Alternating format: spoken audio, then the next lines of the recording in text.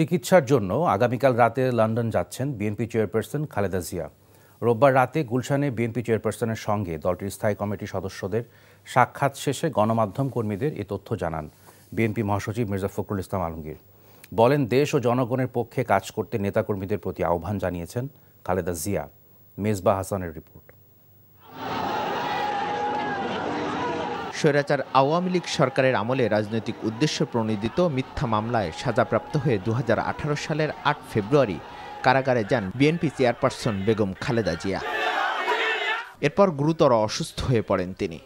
2020 সালের মার্চে নির্বাহী আদেশে শর্ত সাপেক্ষে সাময়িক মুক্তি দিলেও বিদেশে চিকিৎসার অনুমতি দেয়নি স্বৈরাচার সরকার।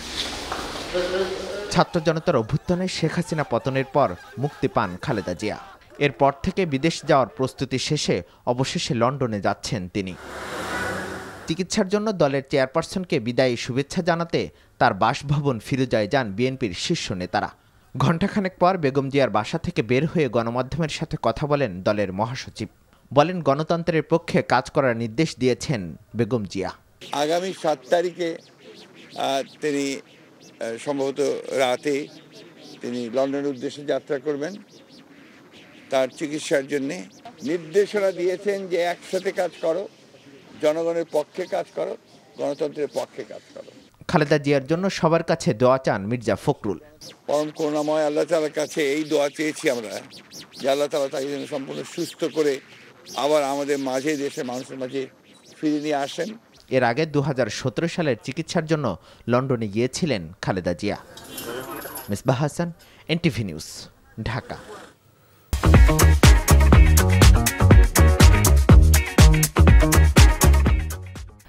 চট্টগ্রাম মহানগর দায়রা জজ আদালতের হত্যা, ডাকাতি, বিস্ফোরক, মাদক চোরাচালানের মতো গুরুত্বপূর্ণ মামলায় প্রায় 2000 পুলিশ প্রতিবেদনের নথি চুরি হয়েছে।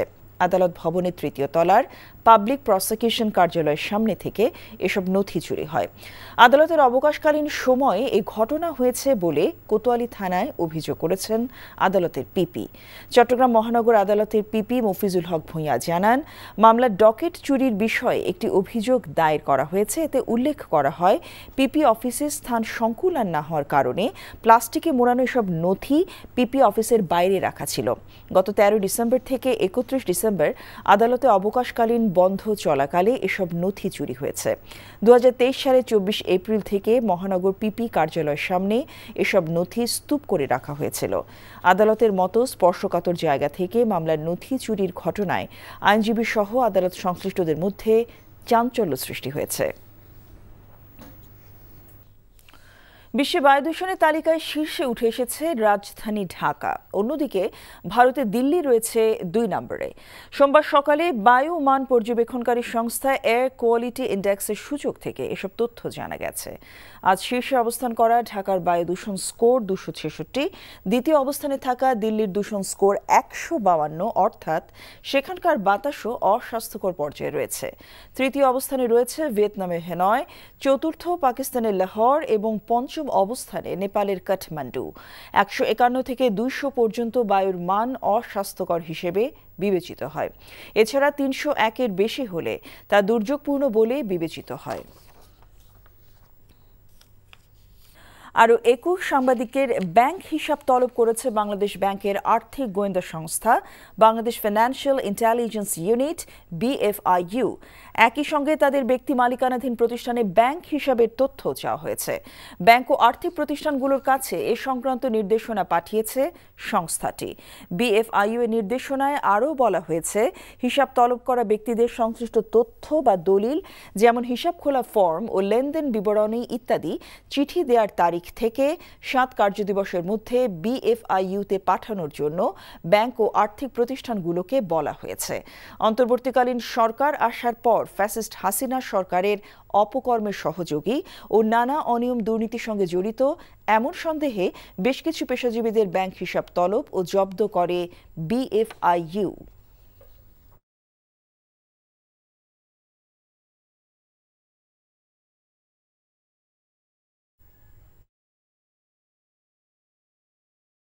ফেরি না থাকায় অবর্ণনীয় দুর্ভোগে পড়েছেন পিরোজপুর ও বাগেরহাটের 3টি উপজেলার কয়েক লাখ মানুষ। প্রতিনিয়ত ঝুঁকি নিয়ে পারাপার হচ্ছেন খরস্রোতা পানগুছি নদী। ঘটছে দুর্ঘটনাও। প্রাকৃতিক দুর্যোগে ফেরির পল্টু নষ্ট হওয়ার অজুহাতে দীর্ঘ 18 বছরেও চালু হয়নি কলারণ সন্ন্যাসী ফেরিঘাটটি। পিরোজপুর থেকে রশিদ আলমুনানের পাঠানো রিপোর্ট। এক যুগেরও বেশি সময় ধরে জীবনের ঝুঁকি নিয়ে খরস্রোতা পানগুছি নদী পার হচ্ছে পিরোজপুর ও বাগেরহাটের কয়েক লাখ মানুষ। একটি ফেরির জন্য লাখো মানুষের কান্না কেউ শুনতে পায়নি। পিরোজপুরের ইন্দুরকানী উপজেলার পানগুছি নদীতে কলারণ সন্ন্যাসী ফেরিঘাটটি ভৌগোলিকভাবে 3টি উপজেলার সংযোগস্থল হওয়ায় এই ঘাট ব্যবহার করে চলাচল করে ইন্দুরকানী, বাগেরহাটের মোড়লগঞ্জ ও শরণখোলা উপজেলার কয়েক লাখ মানুষ। 2006 সালের 4 আগস্ট এই পয়েন্ট দিয়ে চালু হয় ফেরি চলাচল, কিন্তু ঘূর্ণিঝড় সিডরের পর থেকে বন্ধ হয়ে যায় ফেরি চলাচল। মুমূর্ষু রোগী নিয়ে নদী পার হতে অনেক সময় পথে তাদের মৃত্যু হয়। মোটরসাইকেল সহ হালকা যান ঝুঁকি নিয়ে ট্রলার করে নদী পার হয়। ভয় লাগে না? তুফান আছে, বাতাস আছে, অনেক সময় তো অনেক ট্রলার পড়েও গেছে, মানুষ মরেও গেছে। জোয়ারের সময় তো অনেক পানি থাকে একদম, সে সময় তো ভিজে ফিরে ওঠা লাগে, আবার ভিজে ফিরে নামা লাগে। এখন বর্তমান আছে তো নৌকা ট্রলার। অনেক মুরব্বীরা, অনেক মহিলারা, বাচ্চারা ভয় পায়। যখন তুফানের দিন আসে তখন ভয় পায়। সেই জন্য আমাদের ফেরি যাওয়া দরকার। খেওয়া পার হয়ে চণ্ডীপুর এসে এখানে ঢাকার গাড়িতে উঠতে হয়। রান্দা, শরণখোলা, তাফালবাড়ি যেতে কষ্ট হয়। দুর্গম মহিলাদের এখানে আসার জন্য এরা বসে থাকে, এখানে খেওয়ায় আসতে উঠতে চলতে হয়। এর জন্য এখানে আমাদের ফেরি দরকার। মংলার থেকে খুলনা হয়ে তারপরে পিরোজপুর যেতে হয়। এখন এই জনদুর্ভোগ যাতে অতীতের মতো আর পোহাতে না হয়, সেজন্য আমরা আপত্তি জানাচ্ছি, যেহেতু এখানে পুনরায় যেন ফেরিটা চালু হয়। দ্রুত সমস্যা সমাধানের আশ্বাস দিলেন জেলা প্রশাসক। এই বিষয়টি আমার নজরে এসেছে। আমি এক্সিএন রোডস এর সাথে কথা বলেছি এবং জেলা প্রশাসক বাগেরহাটের সাথেও কথা বলেছি। আশা করি এই বিষয়ে একটি ইতিবাচক ফলাফল পাওয়া যাবে। লাখো মানুষের দুর্ভোগ লাঘবে দ্রুত ফেরি চলাচলের দাবি 2 জেলার বাসিন্দাদের। NTV news desk. গত 15 বছরে গুমের ঘটনায় সাবেক প্রধানমন্ত্রী শেখ হাসিনা সহ 12 জনের বিরুদ্ধে গ্রেফতারি পরোয়ানা জারি করেছে আন্তর্জাতিক অপরাধ ট্রাইব্যুনাল। প্রসিকিউশনের গ্রেফতার আবেদনের শুনানি শেষে বিচারপতি গোলাম মর্তুজা মজুমদারের নেতৃত্বাধীন 2 সদস্যের ট্রাইব্যুনাল আজ এই আদেশ দেন। আগামী 12 ফেব্রুয়ারি তাদের গ্রেফতার করে আদালতে হাজির করতে বলা হয়েছে। শেখ হাসিনা ছাড়া যাদের বিরুদ্ধে গ্রেফতারি পরোয়ানা জারি হয়েছে তাদের মধ্যে রয়েছেন সাবেক প্রধানমন্ত্রীর নিরাপত্তা উপদেষ্টা তারেক আহমেদ সিদ্দিক, সাবেক আইজিপি বেনজির আহমেদ এবং বিভিন্ন গোয়েন্দা সংস্থার বেশ কয়েকজন কর্মকর্তা। তামজিদ সুমনের রিপোর্ট। জীবন্ত মানুষের ঠোঁটে সেলাই, সরাসরি মাথায় গুলি করে হত্যা, বস্তায় ভরে নদীতে ফেলে দেয়া, গুম কমিশনের রিপোর্টে উঠে এসেছে এ ধরনের ভয়াবহ নির্যাতনের তথ্য। সন্ধান মিলেছে গোপন 8 বন্দিশালার।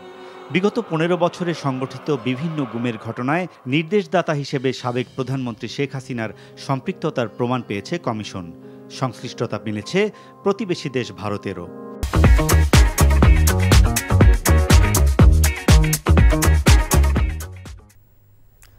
মেডিকেল বোর্ডের পরামর্শ অনুযায়ী আগামীকাল রাত 10টায় কাতার রয়্যাল এয়ার অ্যাম্বুলেন্স যোগে লন্ডনের উদ্দেশ্যে ঢাকা ছাড়বেন বিএনপি চেয়ারপারসন বেগম খালেদা জিয়া।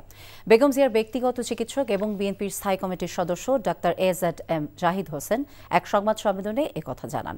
আজ সন্ধ্যা 7:30টায় এয়ার অ্যাম্বুলেন্সটি হজরত শাহজালাল আন্তর্জাতিক বিমানবন্দরে এসে পৌঁছবে বলেও জানান ডাক্তার জাহিদ। খালেদা জিয়ার ছেলে এবং বিএনপির ভারপ্রাপ্ত চেয়ারপারসন তারেক রহমান এবং তার স্ত্রী ডাক্তার জোবায়দা রহমান বিমানবন্দরে তাকে স্বাগত জানাবেন। বেগম জিয়াকে প্রাথমিকভাবে লন্ডন ক্লিনিকে ভর্তি করা হবে এবং প্রয়োজনীয় পরীক্ষা নিরীক্ষা শেষে তার পরবর্তী চিকিৎসার সিদ্ধান্ত নেওয়া হবে বলেও জানান বিএনপির এই স্থায়ী কমিটির সদস্য।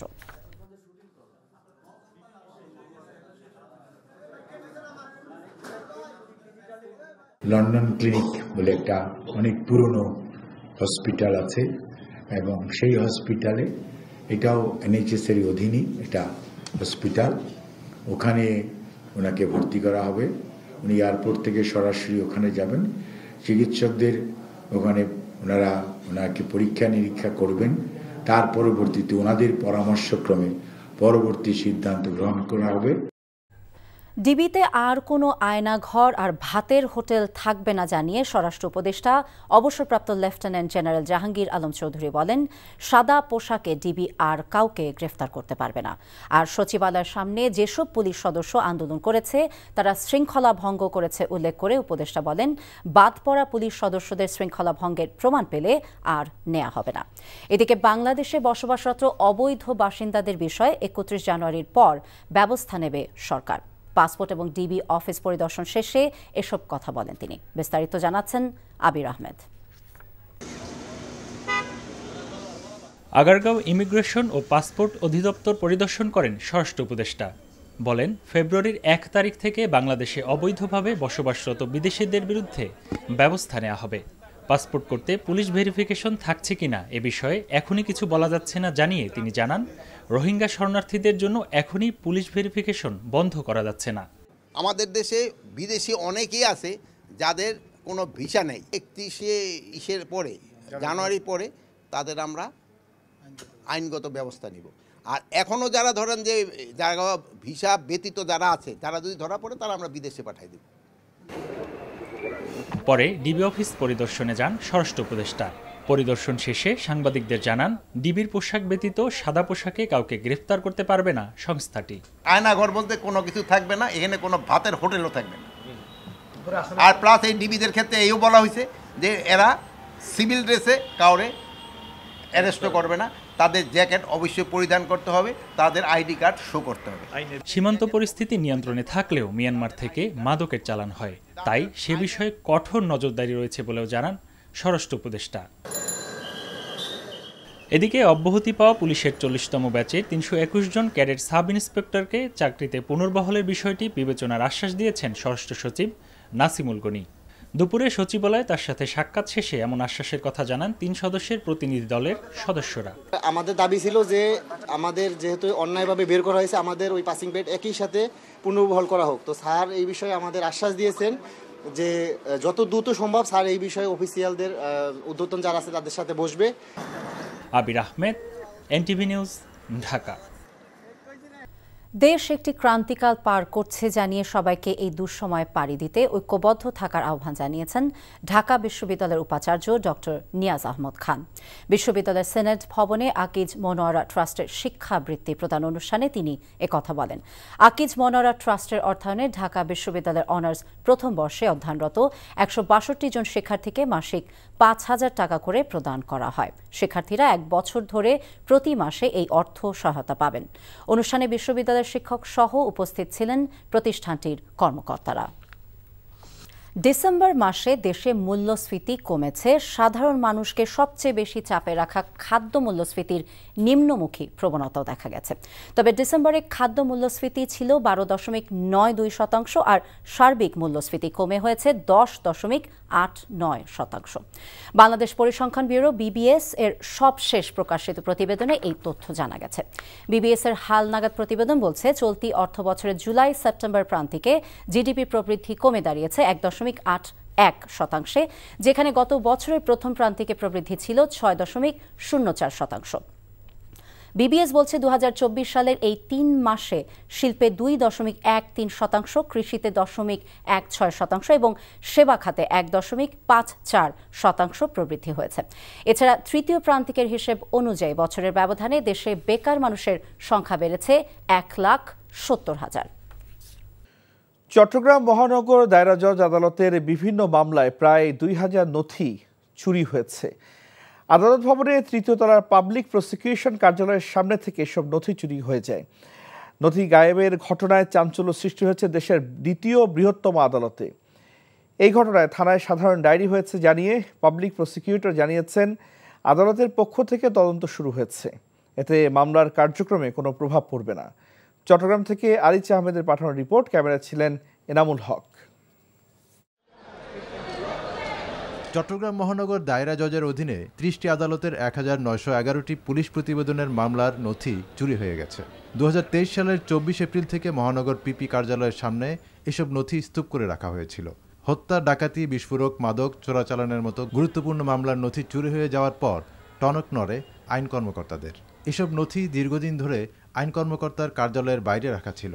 পিপি অফিসে স্থান সংকুলন না হওয়ার কারণে প্লাস্টিকে মোড়ানো এসব নথি পিপি অফিসের বাইরে রাখা ছিল।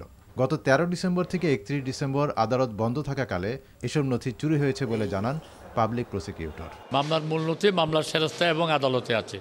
কিছু পরিত্যক্ত অবস্থায় আমি যখন জয়েন করি তখন পরিত্যক্ত অবস্থায় এখানে কিছু ডাম্পিং করা অবস্থায় কিছু কাগজপত্র ছিল। অবকাশকালীন ছুটির পরে আমরা যখন ১ তারিখে আসলাম তখন দেখলাম যে এখানে নথিগুলো নেই। চট্টগ্রাম আদালতে এর আগে চেক গায়েব, মামলার আলামত চুরি, ডাটাবেজ না থাকায় এসব মামলার ভবিষ্যৎ নিয়ে উদ্বিগ্ন আইনজীবীরা। আদালত পাড়ায় নিরাপত্তা বেষ্টনী তৈরি, নথি চুরি চক্রের সাথে জড়িতদের শাস্তির দাবি জানান তারা। অ্যাকোমোডেশন থেকে যাবতীয় সুযোগ সুবিধা দেওয়া হয় যাতে করে এ ধরনের ভবিষ্যতে কোনো ধরনের ঘটনা না ঘটে। নথির নিরাপত্তা যদি আমরা দিতে না পারি, এখানে মানুষের নিরাপত্তা না, একজন আইনজীবীকে খুন করা হয়েছে, এখানে যে কোনো কেউ ঢুকে যেতে পারে আদালত অঙ্গনে। এসব সিস্টেমে আনতে হবে, এই অনিয়ম বন্ধ করতে হবে, সংস্কার এখানেও করতে হবে। ডিসেম্বরে অবকাশকালীন সময়ে চুরির এই ঘটনা ঘটেছে জানিয়ে কোতোয়ালি থানায় অভিযোগ করেছেন আদালতের পিপি। বিষয়টি তদন্ত করছে পুলিশ। NTV news desk. নানা জল্পনা কল্পনা পেছনে ফেলে দীর্ঘ ৭ বছর ৩ মাস পর দেশের বাইরে যাচ্ছেন বেগম খালেদা জিয়া। এই সফরের মাধ্যমে ৭ বছরের বেশি সময় পর ছেলে তারেক রহমানের সাথেও সাক্ষাৎ হবে তার। চিকিৎসাজনিত হলেও রাজনৈতিক কৌতূহলের কেন্দ্রে রয়েছে লন্ডন সফর। বিদেশ গিয়ে চিকিৎসা শেষে সুস্থ হয়ে দেশে ফেরার পর আবারও রাজনীতিতে সক্রিয় হবেন বিএনপি চেয়ারপারসন, এমন প্রত্যাশা দলের নেতাকর্মীদের। আরও জানাচ্ছেন ইমরুল আহসান। দীর্ঘ অনিশ্চয়তা শেষে অবশেষে দেশের বাইরে যাচ্ছেন বিএনপি চেয়ারপারসন বেগম খালেদা জিয়া। চিকিৎসার জন্য এই সফর হলেও এর রাজনৈতিক গুরুত্ব রয়েছে, কারণ ৭ বছরেরও বেশি সময় পর দেখা হচ্ছে মা ছেলের। রাজনৈতিক মহলের দৃষ্টি বেগম জিয়া ও তারেক রহমানের সাক্ষাতে আগামী দিনের রাজনীতি নিয়ে কি আলোচনা হয় সেদিকে। সর্বশেষ ২০১৭ সালে লন্ডনে মা ছেলের দেখা হয়। ওই বছরও চিকিৎসার জন্য সেখানে গিয়েছিলেন খালেদা জিয়া। অবশ্যই আলাপ আলোচনা তো হবে, সেটাই স্বাভাবিক। তবে যেখানেই থাকেন তিনি আমাদেরকে যথাসময়ে যথাযথ নির্দেশনা দিয়ে যাবেন এবং যাচ্ছেন। রাজনীতিতে আবারও পুরোপুরি সরব হতে পারেন বিএনপি চেয়ারপারসন, এমন গুঞ্জন চলছে বেশ কিছুদিন ধরেই। তবে শারীরিক সুস্থতার উপর নির্ভর করছে তার রাজনীতিতে ফেরা। আশা করছি তিনি সুস্থ হয়ে আমাদের মাঝে ফিরে আসবেন এবং ওনার অস্তিত্ব দিয়ে, নেতৃত্ব দিয়ে, ওনার গাইডেন্স দিয়ে এই জাতিকে, বাংলাদেশকে তিনি আবার গণতান্ত্রিক রাষ্ট্র বিনির্মাণের জন্য যথেষ্ট ভূমিকা রাখবেন। সেটা আমাদের প্রত্যাশা, এই জাতির প্রত্যাশা। আপনারা আশা করছেন যে ফুল ফেজ আবার রাজনীতিতে ফিরছেন? অবশ্যই, ইনশাআল্লাহ আমরা আশা করি। ২০১৮ সালের ফেব্রুয়ারিতে তৎকালীন আওয়ামী লীগ সরকার কারাবন্দী করে বেগম খালেদা জিয়াকে। ২ বছর পুরনো ঢাকার কেন্দ্রীয় কারাগারে রাখা হয় সাবেক প্রধানমন্ত্রীকে। ২০২০ সালের মার্চে সাময়িক মুক্তি মিললেও শর্তের বেড়াজালে গৃহবন্দী থাকতে হয় তাকে। অসুস্থ খালেদা জিয়াকে বহুবার হাসপাতালে ভর্তি হতে হয়, দিনের পর দিন কাটাতে হয় হাসপাতালেই। কিন্তু চিকিৎসার জন্য বিদেশ যাওয়ার অনুমতি দেয়নি শেখ হাসিনার সরকার। বিগত ফ্যাসিবাদী সরকার প্রধান শেখ হাসিনা ওনাকে সলিটারি কনফাইনমেন্টে একাকী একটি স্বেচ্ছাতে বসবাসের অযোগ্য একটা জেলখানার মধ্যে বন্দি রেখে, আমাদের সন্দেহ খুব সম্ভবত ওনাকে স্লো পয়জনিং করা হয়েছে। এটা এখন বেরোবে যথাযথ পরীক্ষা নিরীক্ষা করলে বিদেশে। ছাত্র জনতার গণ অভ্যুত্থানে গত ৫ই আগস্ট স্বৈরাচার শেখ হাসিনার পতনের পরদিন নির্বাহী আদেশে মুক্তি দেওয়া হয় বেগম জিয়াকে। দূর হয় চিকিৎসার সব বাধা। সাবেক প্রধানমন্ত্রী বেগম খালেদা জিয়া দীর্ঘদিন ধরে লিভার সিরোসিস, হৃদরোগ, আর্থ্রাইটিস, কিডনি ও ডায়াবেটিস সহ নানা জটিলতায় ভুগছেন। Imrul Ahsan, NTV news, Dhaka. ভারত সরকারের অনুমতি পেলে শেখ হাসিনাকে বিডিআর হত্যাকাণ্ডের বিষয়ে জিজ্ঞাসাবাদ করা হবে বলে জানালেন জাতীয় স্বাধীন তদন্ত কমিশনের সভাপতি অবসরপ্রাপ্ত মেজর জেনারেল আ.ল.ম ফজলুর রহমান। সকালে রাজধানীর রাওয়া ক্লাবে বিডিআর হত্যাকাণ্ডের শহীদ পরিবারের সদস্যদের সঙ্গে মত বিনিময় সভায় তিনি একথা বলেন। প্রতিবেশী দেশের ইন্ধন থাকার বিষয়টিতে সুনির্দিষ্ট তথ্য প্রমাণ থাকলে কমিশনে দাখিল করার অনুরোধ জানান। দাবি আদায়ের জন্য বাহিনীতে বিদ্রোহ হয়নি জানিয়ে তিনি বলেন, দেশকে দুর্বল করার গভীর ষড়যন্ত্র ছিল। স্বচ্ছভাবে তদন্ত করে ৩ মাসের মধ্যে প্রতিবেদন জমা দেওয়ার আশা ব্যক্ত করেন কমিশন সভাপতি। দেশি বিদেশি ষড়যন্ত্রকারী মিলে এই হত্যাযজ্ঞ চালিয়েছে। আমি মনে করি না এটা বিডিআর বিদ্রোহ ছিল। আমি মনে করি না যে কোনো দাবি আদায়ের জন্য সৈনিকরা নির্মমভাবে আমাদের অফিসারদেরকে নিহত করতে পারে। বিশেষ করে শেখ হাসিনা, ভারতীয় হাইকমিশনের সঙ্গে আমরা যোগাযোগ করে হয় তাকে এক্সট্রাডাইট করার জন্য আমরা বলবো, কিংবা আমাদের টিম সেখানে গিয়ে তার ইন্টারভিউ নেবে। দেশে বেকার মানুষের সংখ্যা 26,60,000। এ তথ্য প্রকাশ করেছে বাংলাদেশ পরিসংখ্যান ব্যুরো BBS। রাজনৈতিক পট পরিবর্তন ও অর্থনৈতিক চ্যালেঞ্জ বৃদ্ধির কারণে দেশে কর্মসংস্থান কমেছে বলে মনে করছেন বিশেষজ্ঞরা। অন্যদিকে বিদায়ী মাস ডিসেম্বরে দেশে মূল্যস্ফীতি কিছুটা কমলেও খাদ্য মূল্যস্ফীতি হয়েছে প্রায় 13%। আরাফাত ইসলামের রিপোর্ট। বাজারে শীতকালীন সবজির সরবরাহ বাড়ায় দাম কিছুটা স্থিতিশীল, যার খানিকটা ইতিবাচক প্রভাব পড়েছে মূল্যস্ফীতিতে। BBS জানিয়েছে ডিসেম্বরে খাদ্য মূল্যস্ফীতি কমে দাঁড়িয়েছে 12.92%, যা নভেম্বরে ছিল 13.80%, আর ডিসেম্বরে সার্বিক মূল্যস্ফীতি হয়েছে 10.89%। বিশেষজ্ঞরা বলছেন শুধুমাত্র সংকোচনমূলক মুদ্রানীতি দিয়ে নিয়ন্ত্রণ হবে না মূল্যস্ফীতি, ঠিক করতে হবে বাজার ব্যবস্থাপনাও। বাংলাদেশ ব্যাংক যে ধরেন না হয়তো বা আশাবাদী হয়ে আগে থেকে যদি বলে দেয় যে আমি অত তারিখের মধ্যে মূল্যস্ফীতি কমিয়ে আনবো, যদি আমাদের অ্যাডমিনিস্ট্রেটিভ লেভেলে যদি ওই অ্যাকশনগুলো না যায় বা এই আপনার সাপ্লাই চেইন ম্যানেজমেন্ট যদি আমার অ্যাপ্রোপ্রিয়েটেড না হয়, তাহলে তো আবার সেন্ট্রাল ব্যাংকের কথাটা টিকবে না তখন। তো সুতরাং এখানে আসলে সেন্ট্রাল ব্যাংক এবং মিনিস্ট্রি অফ কমার্স বা অন্যরা সবাই মিলেই একটা যোগ্যবদ্ধভাবে একটা সিদ্ধান্ত আসা উচিত। পরিসংখ্যান ব্যুরোর সবশেষ তথ্য বলছে দেশে কর্মজীবী মানুষের সংখ্যা 6,75,10,000।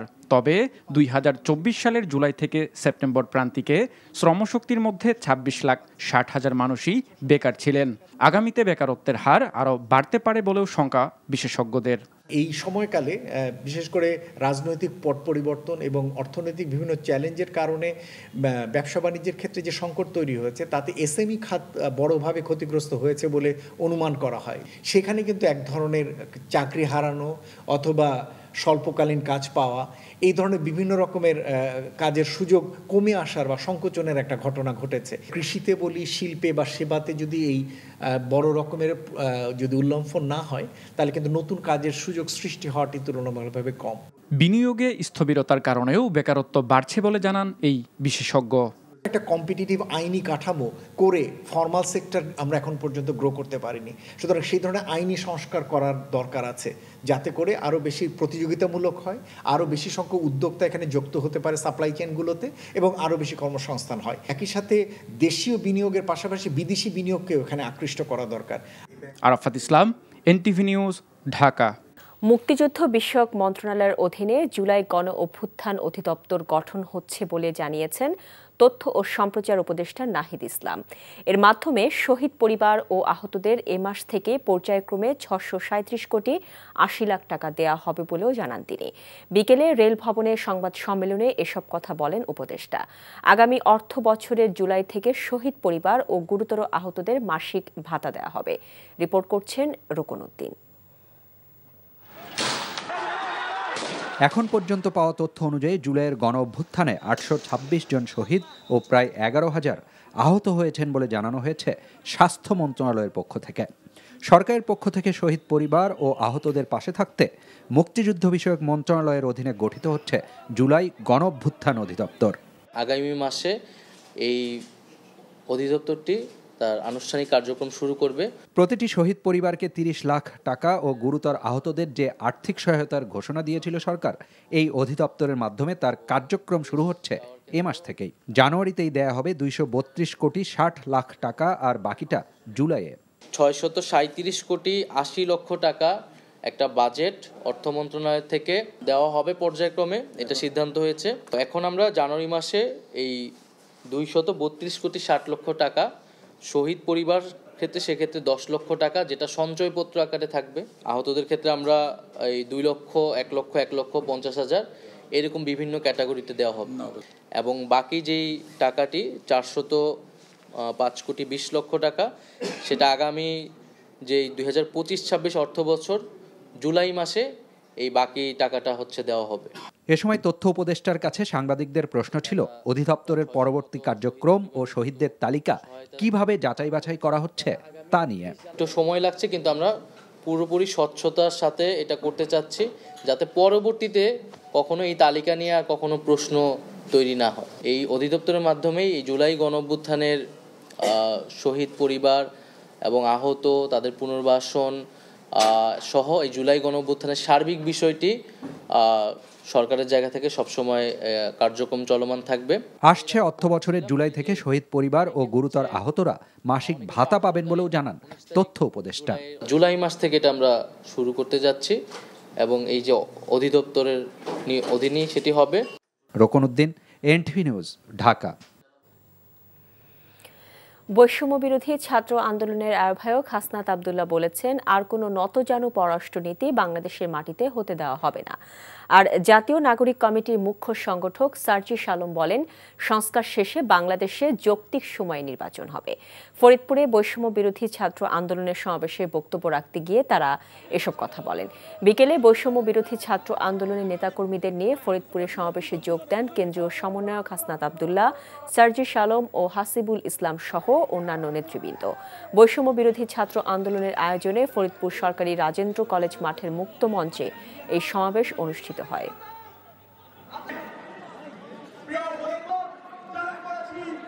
নির্বাচনের আগে আমাদের দেশের রাজনৈতিক দলগুলো সবাই দিল্লিমুখী হতো।